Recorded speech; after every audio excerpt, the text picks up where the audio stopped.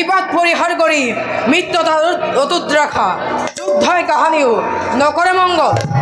সেনাপতি যুক্তিযুক্ত জাগ্রহত পাল দ্বারা বিচারে তুমি এক খন্দ ভূমি এনে দিলা, এটি আমায় কোন যুক্তিরে যুদ্ধ করিম বারো? ও অবশ্যই যদি তুমি বৈশ্যতা স্বীকার করা তেতিয়ালৈকে প্রাণ ভিক্ষা দিব পাৰিম মই তোমাক। পামৰ চন্দ্ৰসেনাৰী কাক্ষতাত মহাৰাজক কৰ এনে প্ৰমাণ হয় বুজা নাই তহঁতে এতিয়াও হস্তিনাৰী শক্তি পৰাক্ৰম যুদ্ধৰে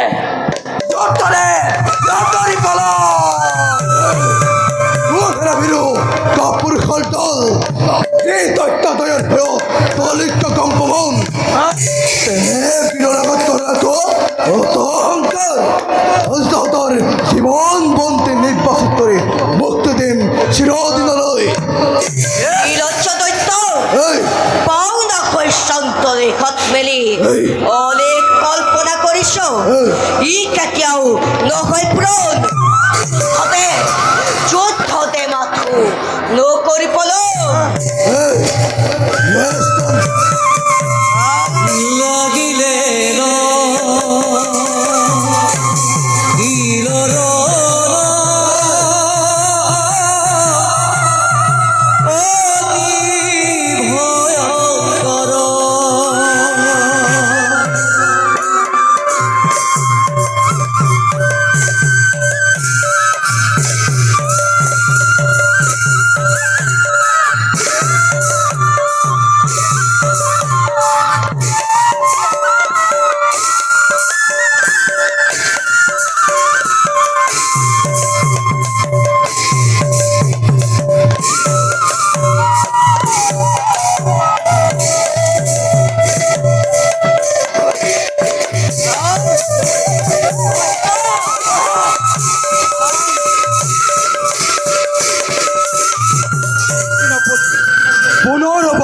তোমাকে এই পদে ঐশ্যতা স্বীকার করে রক্ষা করা তোমার রাজ্য, নহলে শ্মশানত পরিণত হবে হস্তিনাপুর।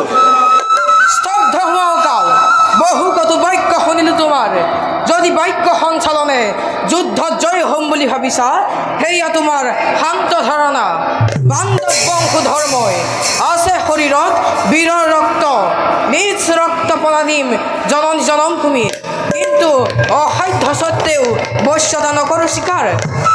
অৱশ্যে যদি তুমি যুদ্ধ হৈছা কাতৰ ত্যাগ কৰিব পাৰা ৰণ প্ৰাংগণ, ৰাজা পৰীক্ষিতেও দিব পাৰে তোমাক প্ৰাণ ভিক্ষা। এই অকাল দৈত্য হব যুদ্ধত কাতৰ। এই বাহুৰে কত সৈন্যক জিনিলো, লক্ষ লক্ষ সেনাক দুই ভৰিৰে মোহাৰি দেশ সাম্ৰাজ্য কৰিছো প্ৰতিষ্ঠা। কোন তুমি উদ্ধ পাণ্ডৱ বংশধৰে যুদ্ধ দিয়া দেখক জগতে দৈত্যৰ প্ৰলয়ৰ বিভীষিকাই কেনেদৰে দাহন কৰে হস্তিনাপুৰ।